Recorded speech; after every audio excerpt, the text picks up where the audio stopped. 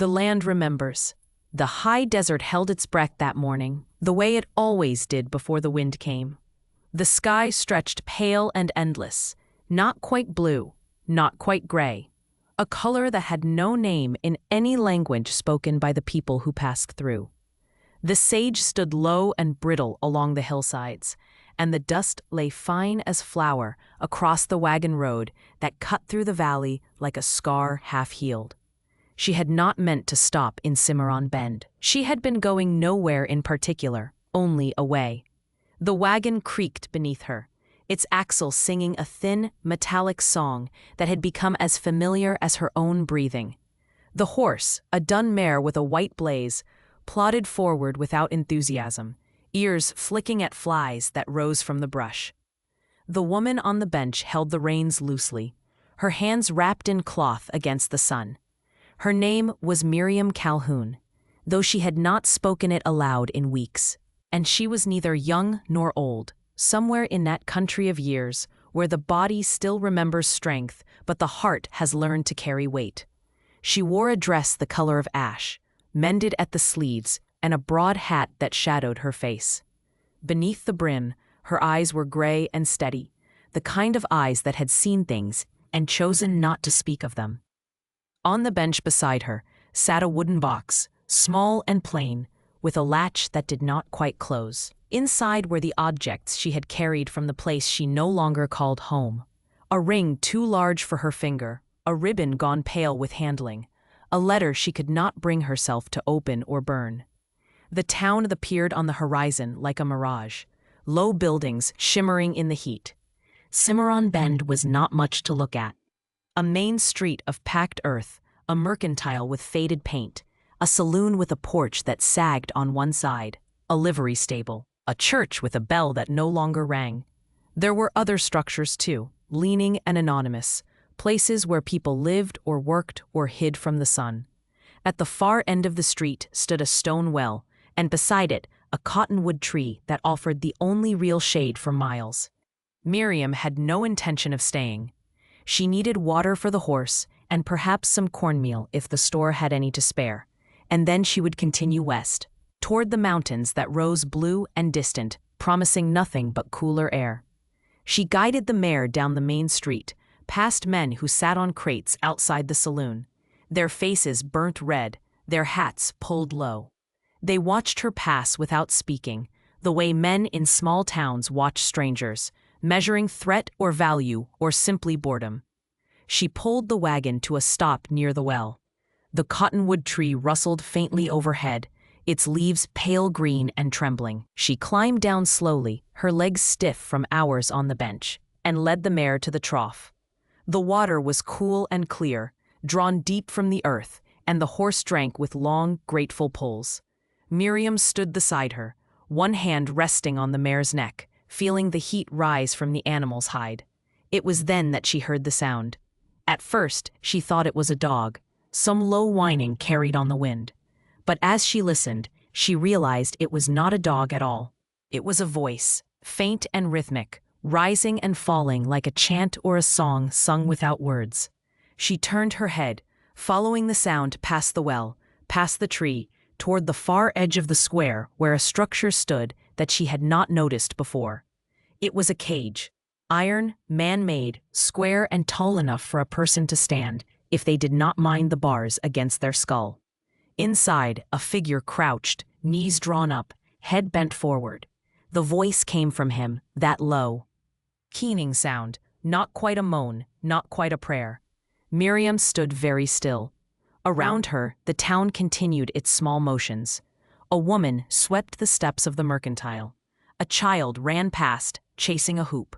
The men on the porch spat into the dust and went on talking. No one looked at the cage. No one seemed to hear the sound. She should have climbed back onto the wagon. She should have filled her canteen and driven on. But something in that voice, in the way it rose and fell without expecting an answer, held her where she stood. She took a step forward, then another, her boots crunching softly on the gravel. The mare lifted her head from the trough and watched her go, water dripping from her muzzle. As Miriam drew closer, she could see the man more clearly. He was not old, perhaps 30, perhaps less. His hair was dark and long, falling past his shoulders in tangles, and his face was shadowed with dirt and bruising. His shirt hung open, torn at the shoulder, and his feet were bare. Around his wrists were marks, red and raw, as if he had been bound and only recently freed, or freed only enough to be placed in this smaller prison. She stopped a few feet from the bars. The man did not look up. His eyes were closed, his lips moving, shaping words or sounds that she could not understand. She did not know what language he spoke, if it was a language at all, or only the noise that comes when a person has been alone too long with their own thoughts. Miriam glanced back toward the saloon. One of the men on the porch was watching her now, his arms crossed, his expression unreadable. She turned back to the cage and cleared her throat softly. The man inside did not stir. She tried again, louder this time, but still he did not open his eyes. His voice went on, steady and low, a thread of sound that seemed to come from somewhere deeper than his chest. There was a tin cup on the ground beside the cage, overturned and empty. Miriam bent and picked it up, brushing the dust from its rim. She walked back to the well, filled the cup with cool water, and returned. She knelt in the dirt, her skirts pooling around her, and reached through the bars. The man stopped singing. His eyes opened. They were dark, almost black, and they fixed on her with a stillness that made her breath catch. He did not move toward the cup. He only looked at her, his gaze traveling from her hand to her face and back again, as if trying to determine whether she was real or some trick of the heat and the light. Miriam held the cup steady. Her hand did not shake. After a long moment, the man reached out slowly, his fingers closing around the tin. He brought it to his lips and drank, not quickly, but with deliberation, as if each swallow was a choice he had to make. When the cup was empty, he handed it back through the bars. His fingers brushed hers, rough and warm, and then he withdrew, folding himself back into the corner of the cage. She stood, brushing the dust from her skirt. The man had closed his eyes again, but he was not singing. The silence between them felt heavier than the sound had been. Miriam looked once more toward the saloon, then back at the cage. She did not know what he had done to earn this place. She did not know if he was a thief or a killer, or simply a man who had spoken the wrong words to the wrong people. But she knew the sound of a voice that had given up on being heard. She returned to the wagon, tucked the cup into the box beside the ribbon and the ring, and climbed onto the bench. The mare turned her head, ears pricked forward, waiting. Miriam gathered the reins in her hands and sat there, the leather worn and familiar against her palms. The sun climbed higher. The wind began to rise, carrying dust and the scent of sage. She did not drive on the encounter. Miriam sat on the wagon bench through the heat of midday, watching the square without appearing to watch. The men on the porch had gone inside. The woman with the broom had disappeared into the mercantile. The child with the hoop had been called home by a voice Miriam could not see. The town settled into the thick silence of afternoon, when even the flies grew sluggish, and the air pressed down like a hand. A man in the cage had not moved, his body folded into itself, knees drawn up, head resting against the bars. Miriam could see the slow rise and fall of his breathing, the only sign that he was not a statue, not some monument to cruelty left standing in the square as a warning. She climbed down from the wagon and walked toward the mercantile. The door stood open, and inside, the air was cooler, scented with flour and leather, and the faint sweetness of dried apples. A man stood behind the counter, thin and pale, his sleeves rolled to the elbows. He looked up as she entered, his eyes flicking over her dress, her hat, her empty hands. "Can I help you?" he said. His voice was flat, neither welcoming nor hostile. Miriam approached the counter. "Cornmeal," she said, "and some salt, if you have it." The man nodded and turned to the shelves behind him. He moved slowly, pulling down a small sack of meal and a twist of paper that held the salt. He set them on the counter and named a price. Miriam reached into the pocket, sewn inside her dress, and counted out the coins, placing them one by one on the wood. As the man wrapped the items in brown paper, Miriam spoke again, her voice quiet. "The man in the cage," she said. "What did he do?" The shopkeeper paused, his hands stilling on the paper. He did not look at her. "That is not your concern," he said.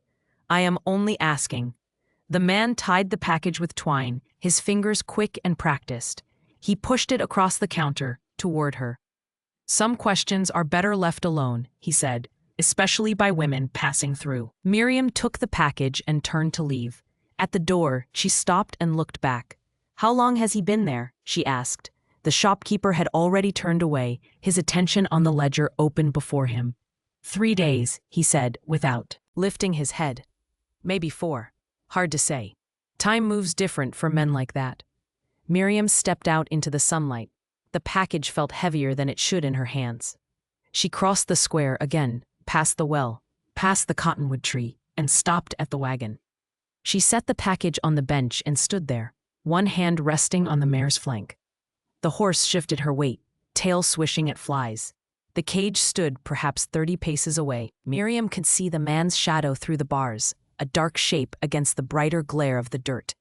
She opened the package and broke off a piece of cornbread she had wrapped in cloth that morning, before the sun had risen, when the world had still been cool and the road ahead had seemed endless and empty.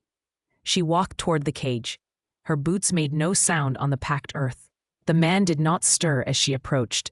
She knelt again, as she had before, and reached through the bars, holding the bread where he could see it. For a long moment, nothing happened. Then the man opened his eyes. He looked at the bread, then at her face. His expression did not change. There was no gratitude in it, no suspicion. Only a kind of weary recognition, as if he had expected nothing and was unsurprised to receive something. He took the bread from her hand. His fingers were careful, almost delicate, brushing her palm without pressing. He ate slowly, breaking the bread into small pieces, chewing each one as if it might be the last. When he was finished, he wiped his hands on his torn shirt and leaned back against the bars. Miriam remained kneeling. "What is your name?" she asked. The man looked at her. His lips moved, forming a shape that might have been a word, but no sound came. He tried again, his throat working, and this time a faint rasp emerged, dry as the dust around them. He shook his head and pressed his hand to his throat, then let it fall. Miriam understood. She nodded slowly. "You cannot speak," she said, "or you will not." The man's eyes held hers. He did not nod or shake his head. He simply looked at her, and in that look was an answer she could not name, but felt nonetheless. She rose to her feet. Behind her, she heard the creak of a door, the shuffle of boots. She turned and saw a man approaching from the direction of the saloon. He was tall and broad, his face red from sun or drink or both. A star-shaped badge hung crooked on his vest.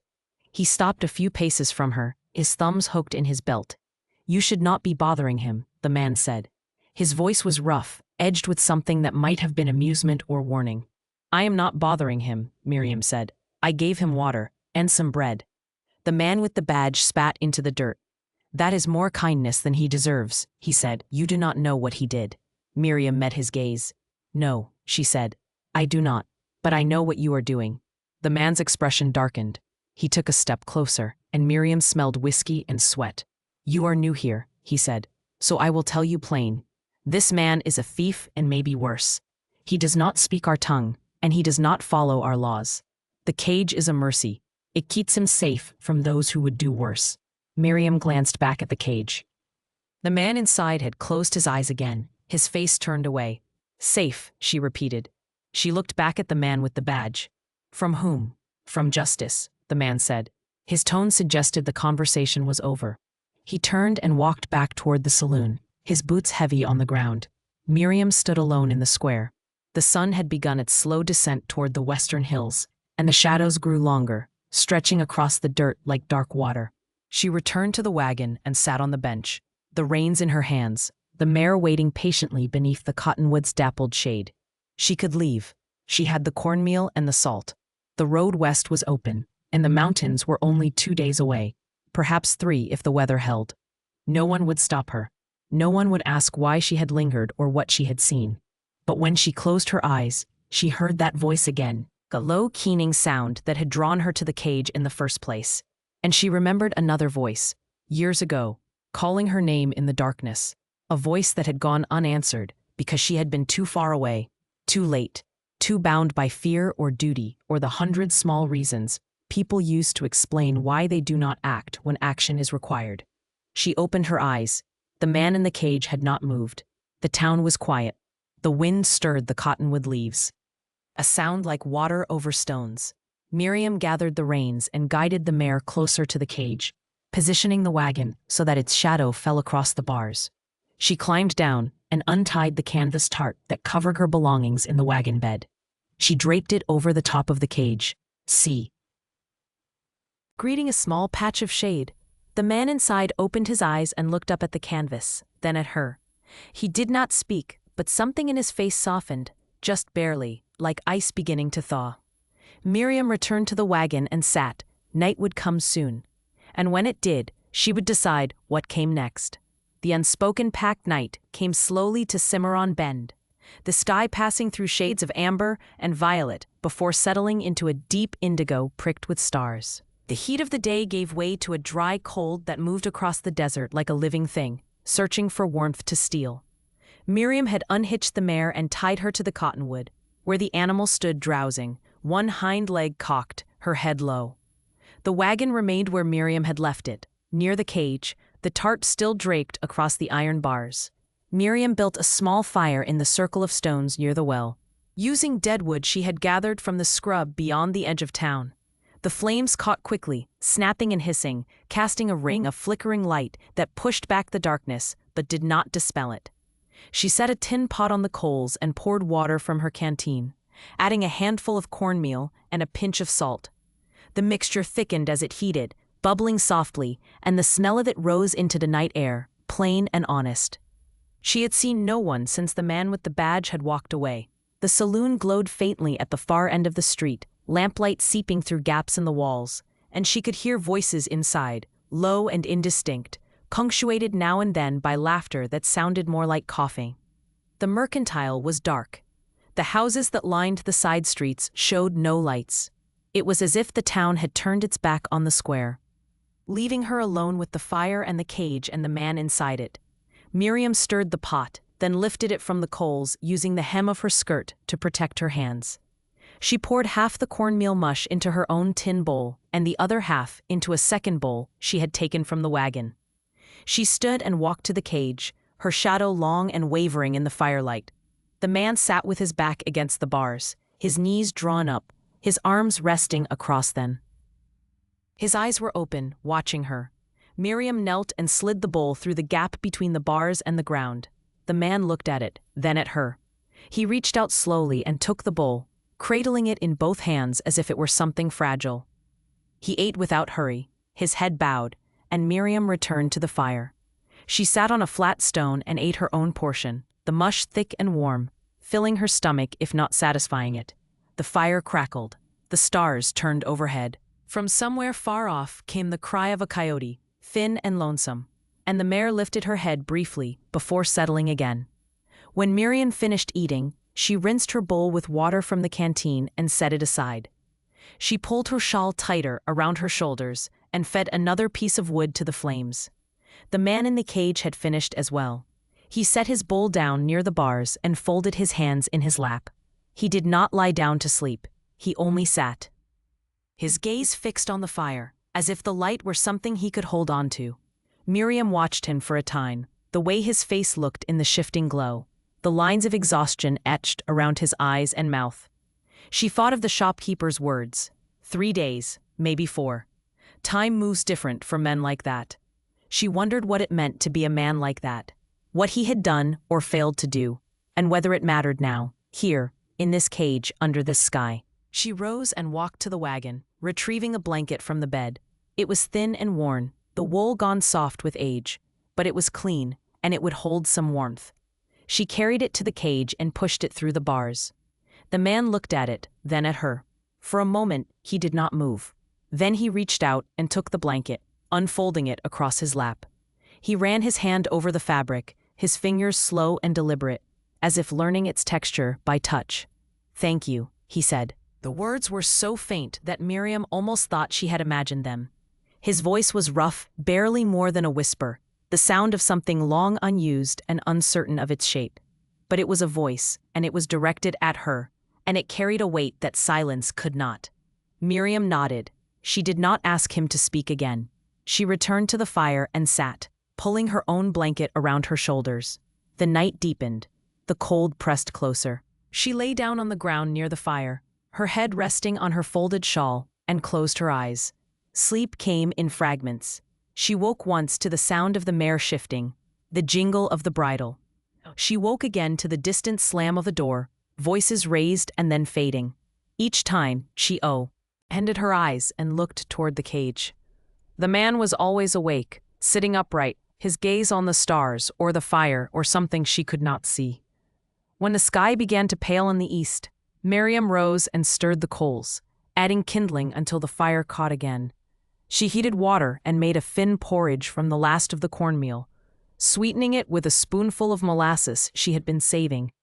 She divided it as before, taking one portion to the cage. The man took it without speaking, but his eyes met hers, and in them she saw something she had not seen before. Not gratitude, exactly, but recognition. An acknowledgement that she had chosen to stay when she could have left, and that the choice meant something. After they had eaten, Miriam washed the bowls and packed them away. She checked the mare's hooves and refilled the water trough. The sun climbed higher, burning off the last of the night's cold. The town began to stir. A woman emerged from one of the houses, carrying a basket. A man led a mule toward the livery. The door of the saloon opened and the man with the badge stepped out, stretching his arms above his head. He saw Miriam and stopped, his hands falling to his sides. He crossed the square slowly, his eyes moving from her to the wagon to the cage. "You are still here," he said. It was not a question. "I am still here," Miriam said. The man looked at the tarp she had draped over the cage, at the blanket visible through the bars. "You seem to have made yourself comfortable," he said. His tone was edged with something she could not quite name. "I have done nothing wrong," Miriam said. The man grunted. "That depends on how you see it," he said. "Some folks might think you are interfering, might think you are making trouble." "I gave a man food and water," Miriam said. "If that is trouble, then I do not know your laws." The man with the badge studied her for a long moment. Then he shook his head and walked away, back toward the saloon. Miriam watched him go. When he was gone, she turned and saw the man in the cage looking at her. His expression had not changed, but something in his posture had shifted. He sat straighter, his shoulders squared, as if her words had given him permission to take up more space in the world. Miriam walked to the cage and knelt beside it. She reached into her pocket and pulled out a small piece of twine she had found in the wagon. She tied it into a loop, then slipped it through the bars, laying it on the ground near his hand. It was a small thing, meaningless perhaps, but it was hers to give, and she gave it. The man picked up the twine and turned it over in his fingers. He looked at her, a question in his eyes. "So you know someone is thinking of you," Miriam said. "So you are not forgotten." The man closed his hand around the twine and held it to his chest. He nodded once, a slow, deliberate motion, and then he leaned back against the bars, his eyes closing. Miriam rose and returned to the fire. She sat and waited for the day to unfold, whatever it might bring. The echo of the past, the second day passed like the first, measured in small gestures and long silences. Miriam remained by the well, tending the fire, rationing what little food she had left. She shared water with the man in the cage, and twice she walked to the mercantile to purchase dried beans and a strip of salted pork, ignoring the shopkeeper's tight-lipped disapproval. The town watched her with sidelong glances, but did not interfere. The man with the badge walked past the cage twice, but said nothing, as if her presence had become a fact he had chosen to tolerate rather than challenge. In the afternoon, when the heat drove most people indoors, Miriam sat in the shade of the wagon and opened the wooden box she kept on the bench. She had not looked inside it for days, perhaps weeks. The objects lay as she had left them. The ribbon, pale blue and fraying at the edges, the letter, still sealed with wax, and the ring. The ring was gold, simple and unadorned, sized for a man's hand. She lifted it from the box and held it up to the light. The metal was warm from the sun, and she could see the faint scratches along its surface, marks left by years of wear. It had belonged to her husband, though he had not worn it long. He had slipped it onto her finger the morning they married, standing in the small wooden church outside Abilene, with no one present but the preacher and a witness pulled in from the street. 2 months later, he had taken it back, not in anger, but in necessity. trading it for a horse when their own had gone lame. He had promised to buy it back when they reached California. He had promised many things. Miriam turned the ring over in her palm. She had found it among his belongings after he died, tucked inside a tobacco pouch he no longer used. He must have won it back somehow, or bought it, or simply taken it when no one was looking. She would never know. What she did know was that he had kept it, and that it had returned to her, and that she had carried it across 3 territories without understanding why. She heard a sound from the cage, a faint scraping, and looked up. The man inside had moved closer to the bars. He was watching her, his gaze fixed on the ring in her hand. His expression was unreadable, but there was something in his eyes, a flicker of recognition or memory, that made her pause. Miriam rose and walked to the cage. She held the ring where he could see it. "Do you know what this is?" she asked. The man stared at the ring. His lips parted, and his hand rose slowly, reaching through the bars, not to take it, but to point. He touched his own chest, just above his heart, and then he pointed to the ring again. His mouth shaped a word, silent, and Miriam watched the movement of his lips. She thought the word might have been married, or perhaps belonged, or something in a language she did not speak. She knelt and held the ring closer. "Was it yours?" she asked. The man shook his head. He pointed to her, then to the ring, then pressed his hand flat against his chest again. His eyes were dark and steady, and she understood, suddenly and without question, that he was not asking about the ring itself, but about the story it carried, the loss it represented. Miriam closed her fingers around the ring. "My husband," she said quietly. "He died on the road to California. Fever took him in 3 days. I buried him under a cottonwood tree, much like that one." She nodded toward the tree above them. "I do not know as the marker is still there. I did not stay to see." The man listened without moving. When she finished, he drew his hand back through the bars and placed it over his heart. Then he pointed to himself and shook his head slowly.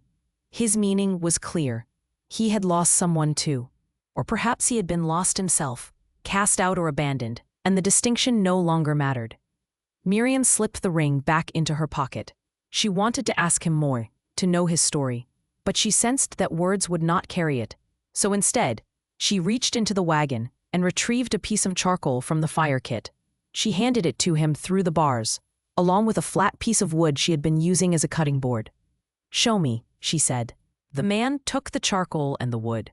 He stared at them for a moment, as if deciding whether to trust her with what he was about to reveal. Then he bent over the wood and began to draw. His strokes were slow and deliberate, the charcoal leaving dark lines against the pale surface. Miriam watched as shapes emerged, a house, small and simple, with a pitched roof and a single door. Beside it, he drew 2 figures, one taller than the other. A man and a child, perhaps, or a man and a woman. It was hard to tell. He drew flames next, rising from the house, curling upward in jagged lines. He did not look at Miriam as he worked. His face was blank, as if he were somewhere else, seeing the images not on the wood but in his mind. When he finished, he held the board up so she could see it clearly.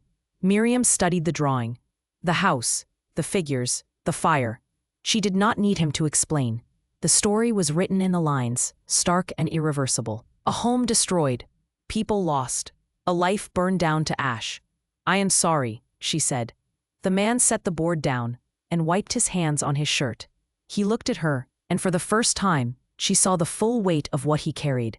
The grief that had no name and no language, that existed only in the space between memory and silence.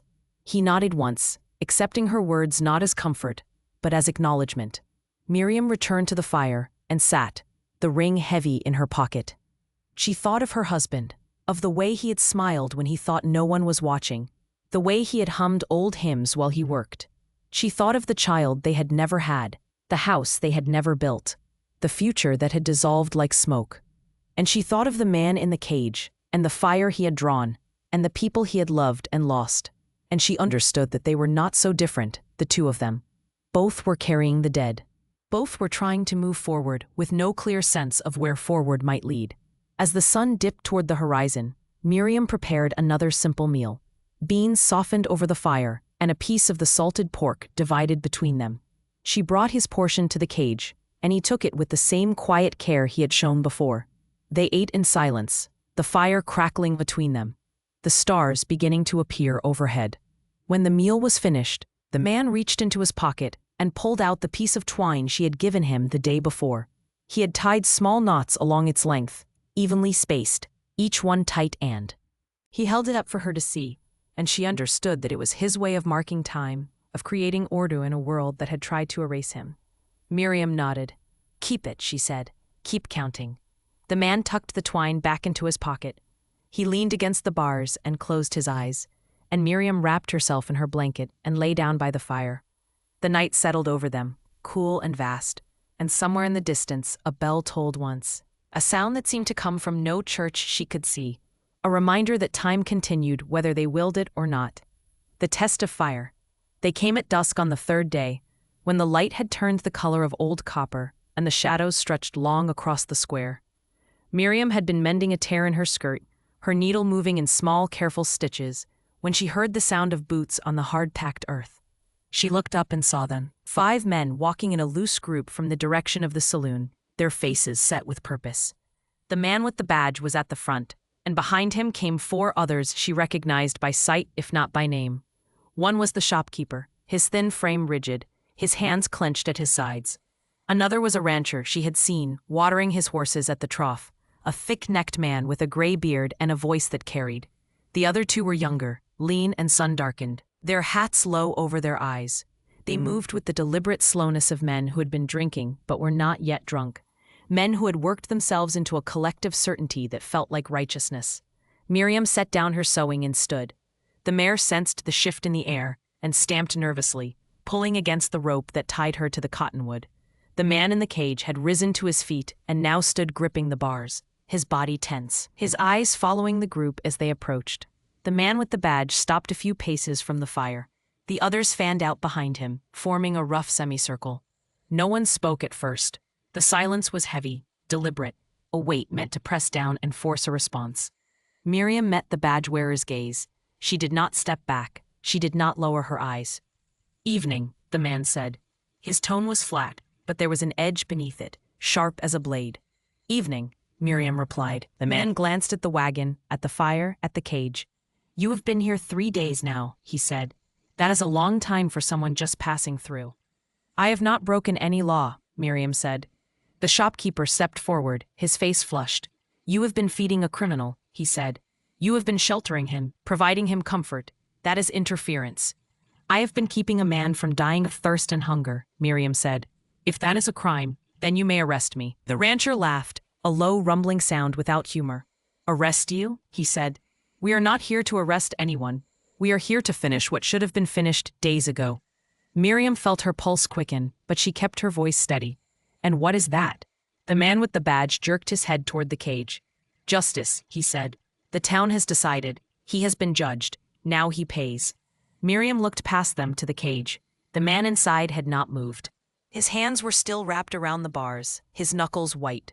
His face was expressionless, but his eyes were fixed on her, and in them she saw no plea, no expectation of rescue, only a calm, resigned awareness of what was coming. She turned back to the men. "What did he do?" she asked again. "You have told me he is a thief. You have told me he does not speak your language, but no one has told me his crime. No one has shown me evidence. No one has held a trial." The shopkeeper's face twisted. "He does not deserve a trial," he said. "He is not one of us. He came into this town like a shadow, and he took what was not his. He burned a man's barn. He frightened women and children. He does not belong here." "Did you see him do these things?" Miriam asked. The shopkeeper hesitated. "It does not matter what I saw," he said. "Everyone knows." "Everyone," Miriam repeated. She looked at the other men. "And you? Did you see him burn the barn? Did you see him steal?" The rancher spat into the dirt. "We do not need to see it," he said. "His kind always does." Miriam felt something cold settle in her chest. "His kind," she said softly. "And what kind is that?" No one answered. The silence stretched, and in it, Miriam understood the full shape of what was happening. This was not about theft or fire. This was about fear and anger, and the need to place blame on someone who could not defend himself, who had no voice and no allies, who could be erased without consequence. She stepped forward, placing herself between the men and the cage. "You will not touch him," she said. The man with the badge shook his head. "Step aside," he said. "This does not concern you. It concerns me now," Miriam said. The rancher moved closer, his bulk imposing in the fading light. "You are making a mistake, woman," he said. "You do not know what you are protecting." "I know what I am standing against," Miriam said, "and so do you." For a moment, no one moved. The wind picked up, stirring the dust, carrying the scent of smoke and sage. The fire crackled softly. Then one of the younger men stepped forward, his hand moving toward his belt. The man with the badge held up a hand, stopping him. "This is your last chance," the badge wearer said to Miriam. "Walk away. Get in your wagon and leave. No one will stop you." Miriam did not move. "If you want him," she said, "you will have to go through me." The shopkeeper made a noise of disgust. "She is a fool," he said. "Let her stay with him if she loves him so much. Let her rot in the cage too." The man with the badge studied Miriam for a long moment. Then he turned to the others. "Leave her," he said. "She is not worth the trouble. But the man stays where he is, and if she is still here tomorrow, we will come back and finish this properly." The rancher looked like he wanted to argue, but the badge-wearer's tone left no room for debate. The group turned and walked back toward the saloon, their boots heavy on the ground. Miriam watched them go, her heart pounding so hard she thought they must hear it. When they were gone, she turned and saw the man in the cage staring at her. He did not speak. He did not need to. His eyes said everything. "Why? Why did you do that? Why did you risk yourself?" Miriam walked to the cage and knelt beside it. She reached through the bars and placed her hand over his. His skin was rough and cold, and she felt the faint tremor running through him, the shock of what had just passed. "Because no one else would," she said quietly. The man closed his eyes. His hand tightened around hers just for a moment, and then he let go. Miriam stood and returned to the fire. She added more wood, building the flames higher, pushing back the darkness that was settling over the square. She sat with her back to the wagon wheel, her blanket wrapped around her shoulders, and kept watch through the night. The town was silent. The stars turned overhead, and Miriam did not sleep because she knew that the test was not over. It had only just begun. The quiet aftermath. Dawn came pale and tentative, as if uncertain whether it was safe to break the darkness. Miriam woke with her back against the wagon wheel, her neck stiff, her hands cold despite the blanket wrapped around her. The fire had burned down to embers, glowing faintly in the ash. She stirred them with a stick and added kindling, coaxing the flames back to life. The warmth spread slowly, and she held her hands over it. Feeling the ache in her joints ease, the man in the cage was awake. He sat with his back against the bars, watching her. His face looked drawn in the morning light, the bruises darker, the lines around his mouth deeper. He had not slept either. She could see it in the way he held himself, rigid and alert, as if expecting the men to return at any moment. Miriam stood and walked to the well. She drew water and filled the tin cup, then brought it to him. He took it without a word and drank slowly, his eyes never leaving her face. When he handed the cup back, his fingers brushed hers, and she felt the same faint tremor she had felt the night before, the shock that had not yet left his body. She returned to the fire and prepared a thin broth from the last of the beans and pork, adding water to stretch it. The smell rose into the cool air, simple and sustaining. She poured half into a bowl and brought it to the cage. The man accepted it and ate in silence, his movements slow and deliberate, as if each spoonful required concentration. When he finished, he set the bowl down and looked at her. "Why?" he said. His voice was hoarse, barely more than a whisper, but the word was clear. Miriam knelt beside the cage. "Why did I stay?" she asked. He nodded. She was quiet for a moment, searching for words that would carry the weight of what she felt. "Because I know what it is to be cast out," she said finally. "I know what it is to be judged without mercy. And I know that if someone had stood for me when I needed it most, my life might have been different." The man studied her face. "Who cast you out?" he asked. Miriam looked down at her hands. "My husband's family," she said. "After he died, they said I brought him bad luck. They said I should have kept him from leaving, should have stopped him from chasing dreams that were too big for a man like him. They took what little we had and told me to go. So I went." The man was silent. Then he reached through the bars and touched her hand, just briefly, a gesture so light it might have been imagined. "I am sorry," he said. Miriam met his eyes. "What is your name?" she asked. He hesitated, as if the question required more than a simple answer. Then he said, "They called me many things, but my mother called me Matteo." "Matteo," Miriam repeated. The name felt solid in her mouth, real. "I am Miriam." Matteo nodded. "Miriam," he said, and the sound of her name in his rough voice made something tighten in her chest. She rose and returned to the fire. The sun climbed higher, burning off the chill. The town began to stir, doors opening, voices calling. Miriam saw the shopkeeper emerge from the mercantile and glance toward the square. He saw her and Matteo, and turned away quickly, disappearing back inside. In the afternoon, Miriam walked to the creek that ran behind the town, carrying a cloth and a small bar of soap. The water was clear and cold, flowing over smooth stones. She knelt at the edge and soaked the cloth, then wrung it out and walked back to the square. Matteo watched her approach. She knelt beside the cage and held up the cloth.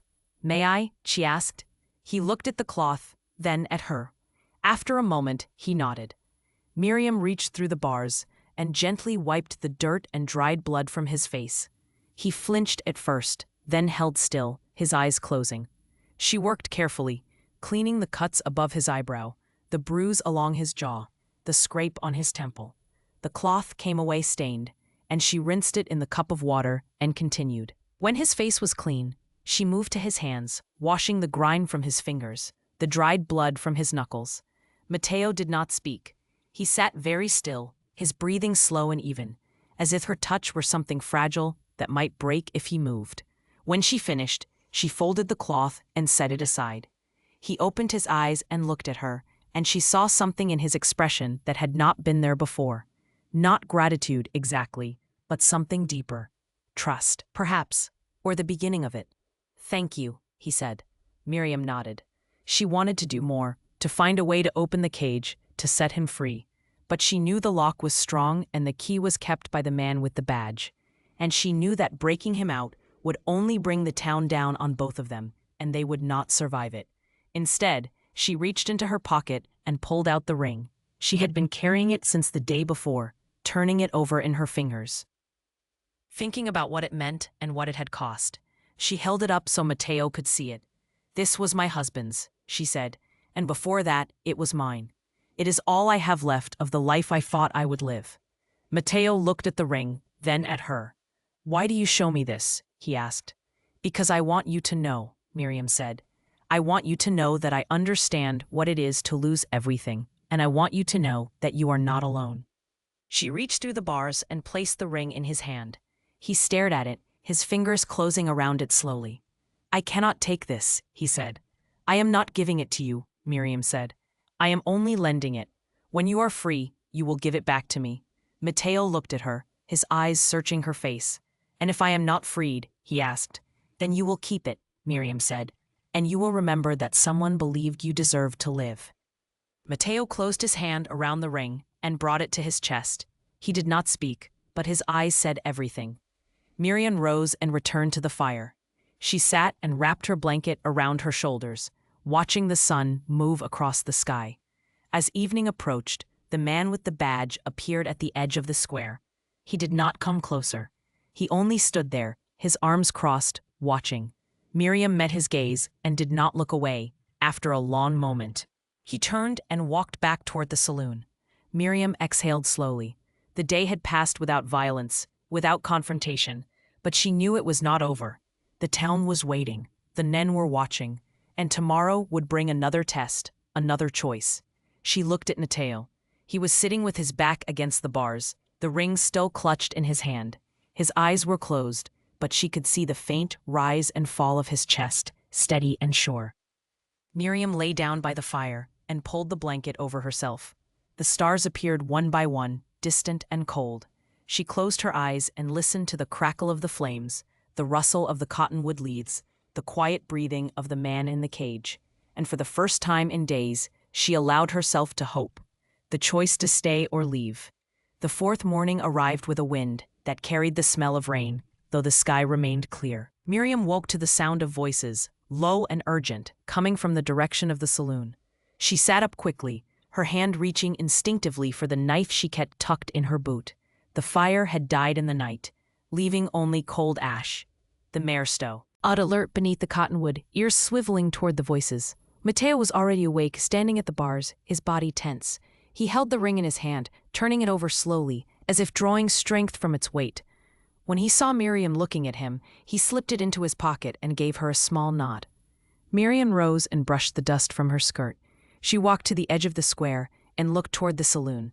A group had gathered on the porch, perhaps a dozen men and a few women, their faces turned toward each other in heated conversation. She could not make out the words, but the tone was clear. A decision was being made. She returned to the wagon and checked the mare's harness, her hands moving quickly, efficiently. She filled the canteen from the well and packed the few belongings she had scattered around the camp. The wooden box went onto the bench, secured with a leather strap. She worked without speaking, but she could feel Matteo's eyes on her, watching every movement. When she finished, she walked to the cage. "You should leave," Matteo said. His voice was steady, but there was something beneath it, a current of fear or resignation. "They are coming. You know they are coming. If you stay, they will turn on you too." Miriam knelt beside the bars. "I know," she said. "Then why do you not go?" he asked. She looked at him for a long moment. "Because leaving would mean accepting what they have decided," she said. "It would mean agreeing that your life has no value, that you can be caged and forgotten and erased, and no one will stand witness. I cannot do that." Matteo shook his head. "You do not owe me this," he said. "You do not even know me." "I know enough," Miriam said. "I know you lost people you loved. I know you have been made to suffer for things you may not have done. And I know that you are a man, not an animal. And you deserve to be treated as one." She reached through the bars and took his hand. "If I leave now," she said, "I will carry the weight of it for the rest of my life. I will see your face every time I close my eyes. I will hear your voice every time the wind blows. And I will know that I had the chance to stand for something right, and I turned away."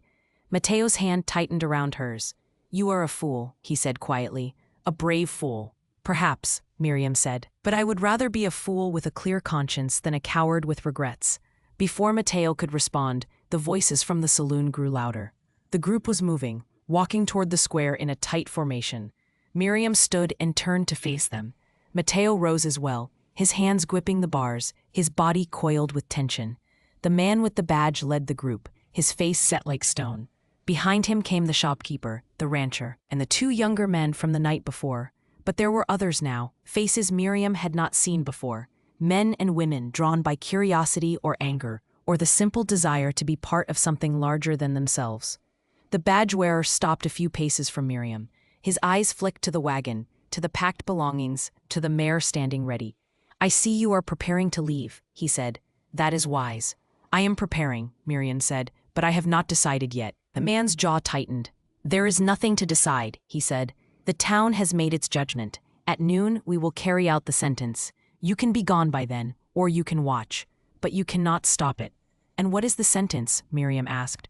The rancher stepped forward. "Hanging," he said flatly. "Clean and quick. More mercy than he deserves." Miriam felt her stomach turn, but she kept her voice steady. "And his crime?" she asked. "You still have not told me what he did." The shopkeeper pointed at Matteo. "He burned Samuel Carter's barn," he said. "He stole food from the mercantile. He threatened a woman on the road." "Did anyone see him do these things?" Miriam asked. "Did Samuel Carter identify him? Did the woman?" The badge-wearer's face darkened. "We do not need witnesses," he said. "We know." "You do not know," Miriam said. "You suspect. You assume. And you are willing to kill a man based on suspicion." The rancher spat into the dirt. "You talk too much, woman," he said. "This does not concern you," Miriam said. "It concerns anyone with eyes to see and a heart to feel," Miriam said. "You are not delivering justice. You are delivering hate." The crowd murmured, some in agreement, others in anger. The man with the badge raised his hand for silence. "Enough," he said. "You have had your say. Now step aside." Miriam did not move. "If you want him," she said, "you will have to go through me, just as I told you before." The badge-wearer's eyes narrowed. "Do not test me," he said. "I have been patient with you. I have given you chances, but my patience is at an end." "Then do what you must," Miriam said, "but know that I will not move." For a long moment, no one spoke. The wind picked up, stirring the dust, tugging at the hems of dresses and the brims of hats. Then a voice came from the back of the crowd, a woman's voice, sharp and clear. "Let her speak." The group turned. A woman stepped forward, older, gray-haired, her face lined with years.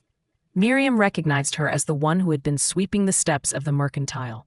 The woman looked at Miriam, then at the man with the badge. "She has a right to speak," the woman said. "If we are to do this thing, we should at least hear her out." The badge-wearer looked like he wanted to argue, but the woman's tone left no room for debate. He nodded curtly.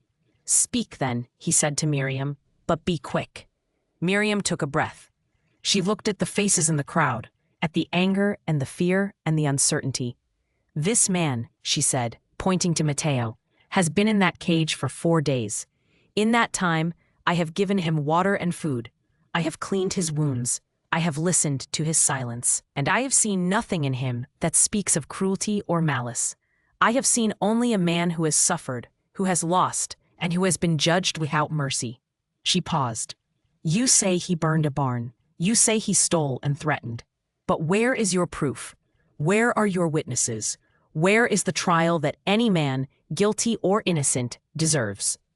The shopkeeper opened his mouth to protest, but Miriam continued.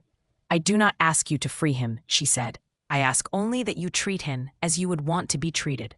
Give him a fair hearing. Let him speak in his own defense. And if he is truly guilty, then let justice be done. But if you kill him now, without trial, without proof, you are no better than the men you claim to protect this town from." The crowd was silent. The woman with the gray hair nodded slowly. "She has a point," the woman said. "We are not savages." The rancher shook his head. "This is a waste of time," he said. But the badge-wearer held up his hand. "A trial," he said. "Tomorrow, at the church. If he is guilty, we hang him. If not, we let him go." "Agreed." The crowd murmured, some reluctantly, others with relief. The badge-wearer turned to Miriam. "You have bought him 1 more day," he said. "Use it wisely." He turned and walked back toward the saloon, the crowd dispersing behind him. Miriam exhaled slowly, her legs suddenly weak. She turned to Matteo. He was staring at her, his eyes wide. His hand pressed against his chest where the ring lay hidden. "You did it," he said. "You bought me time." "Time," Miriam said, "but not freedom. Not yet." The echo and the legend. The trial was held the next morning in the small church at the edge of town, a building of whitewashed wood with a cross that tilted slightly to the left. The benches were filled with townspeople, their faces solemn or curious or hungry for resolution. Miriam sat in the front row, her hands folded in her lap, her eyes on the man with the badge who stood at the front beside a makeshift table that served as a judge's bench. Matteo was brought in with his hands bound, flanked by the 2 younger men who had been part of the mob. He walked slowly, his head up, his eyes scanning the room until they found Miriam. She nodded once, and he seemed to draw strength from it, his shoulders straightening. The proceedings were brief. The shopkeeper testified that goods had gone missing from his store, though he could not say with certainty that Matteo had taken them. The rancher spoke of the burned barn, but when pressed, admitted he had not seen Matteo near it. The woman who had allegedly been threatened did not appear. No one could say where she had gone, or if she had ever existed at all. Matteo was given a chance to speak. He stood and faced the crowd, his voice hoarse but steady. "I did not burn the barn," he said. "I did not steal. I came to this town looking for work, nothing more. I do not know why I was put in that cage. I do not know what I did to earn your hatred. But I know I am not the man you have made me out to be." The crowd murmured. The man with the badge called for silence. He conferred quietly with the gray-haired woman and 2 other townspeople who had agreed to serve as a jury. After several minutes, he stood and addressed the room. "We find insufficient evidence of wrongdoing," he said. "The accused is free to go." The words hung in the air, heavy and uncertain. Some in the crowd nodded. Others muttered in discontent. But no one rose to challenge the verdict. The badge-wearer gestured to the younger men, and they cut the ropes binding Matteo's wrists. He stood there for a moment, rubbing the raw skin, as if unsure whether he was truly free or if this was some cruel trick. Miriam rose and walked to him. She took his arm gently, and together they left the church. The crowd parted to let them pass, silent and watchful. Outside, The sun was bright, the sky clear and endless. The mayor stood waiting by the wagon, and Tio stopped beside it, his hand resting on the wooden side. "What will you do now?" Miriam asked. Mateo looked at her. "I do not know," he said. "I have nowhere to go. No home, no family." Miriam reached into her pocket and pulled out a folded piece of paper. It was a deed, old and worn, for a small parcel of land 2 days west, near the foothills of the mountains. It had belonged to her husband, purchased with borrowed money and dreams that never came to pass. She had carried it with her, unsure what to do with it, unable to let it go. She held it out to Mateo. "This is yours," she said, "if you want it." Mateo stared at the paper. "I cannot take this," he said. "It is yours." "It was mine," Miriam said, "but I have no use for it. I cannot work the land alone, and I have no wish to live there with ghosts. But you could. You could build something, a cabin, a life, something that belongs to you." Mateo took the deed slowly, his hands trembling. "Why would you do this?" he asked. "Why would you give me so much?" "Because someone once told me that home is not a place you inherit," Miriam said. "It is a place you create. And I think you deserve the chance to create one." Mateo looked at the paper, then at her. He reached into his pocket and pulled out the ring. He held it out to her. "You said I would give this back when I was free," he said. Miriam took the ring and slipped it onto her finger. It was too large, as it had always been, but she closed her hand around it and felt its weight. "Keep the deed," she said, "and if you ever build that cabin, leave a light in the window, so I know where to find you." Mateo nodded. He folded the deed carefully and tucked it inside his shirt. Then he reached out and took her hand, holding it for a long moment. "Thank you," he said, "for seeing me when no one else would." Miriam squeezed his hand. "Go," she said, before they changed their minds. Mateo released her hand and turned toward the road that led west. He walked slowly at first, then faster, his stride lengthening, his body shedding the weight of the cage and the judgment and the days of silence. Miriam watched until he disappeared over the rise, a solitary figure against the vastness of the land. She climbed onto the wagon and took up the reins. The mare turned her head, ears flicking, and Miriam guided her toward the road that led south. Away from Cimarron Bend, away from the memory of the cage and the fire and the men who had almost become executioners. The town receded behind her, growing smaller and smaller until it was nothing but a smudge on the horizon. Years later, travelers passing through that country told stories of a woman who had stood against a mob for a man she did not know, and of a man who had built a cabin in the foothills with his own hands, where a light always burned in the window. Some said the woman returned to that cabin and stayed. Others said she continued on her journey, carrying the weight of her choices like a blessing rather than a burden. No one knew for certain. But in the high desert, where the wind carries voices across great distances and the land remembers what people forget, the story endured. It was told around campfires and in saloons, in churches and at crossroads, a reminder that in a world governed by fear and judgment, there are still those who choose mercy, who choose to see. The cottonwood tree in Cimarron Bend still stood, its leaves rustling in the wind. The cage was dismantled, its iron bars repurposed for fences and gates. The well remained, drawing water from deep in the earth, cold and clear, a place where travelers stopped to rest and fill their canteens. And on quiet mornings, when the light turned the color of old copper and the shadows stretched long across the square, some said they could still hear it, a low, keening sound, not quite a moan, not quite a prayer. A voice that had once been silenced, now carried on the wind, a song of survival and remembrance. The land remembers, it always does. And so do the people who pass through it, carrying stories like seeds, planting them in new soil, watching them grow into legends that outlast the lives of those who lived them. Miriam Calhoun was never seen in Cimarron Bend again. But her name was spoken, quietly, reverently, by those who understood that courage is not the absence of fear, but the choice to act in spite of it. And Mateo, whose name had once been a curse, became a symbol of resilience, a man who had been cast down and had risen, who had been given nothing and had made everything. The mountains stood blue and distant, promising nothing but the chance to begin again. The road stretched on, endless and open, And somewhere, in a cabin built by scarred hands, a light burned in the window, waiting for a traveler who might one day return, or might not. Either way, the light would remain, a beacon, a memory, a hope that refused to die.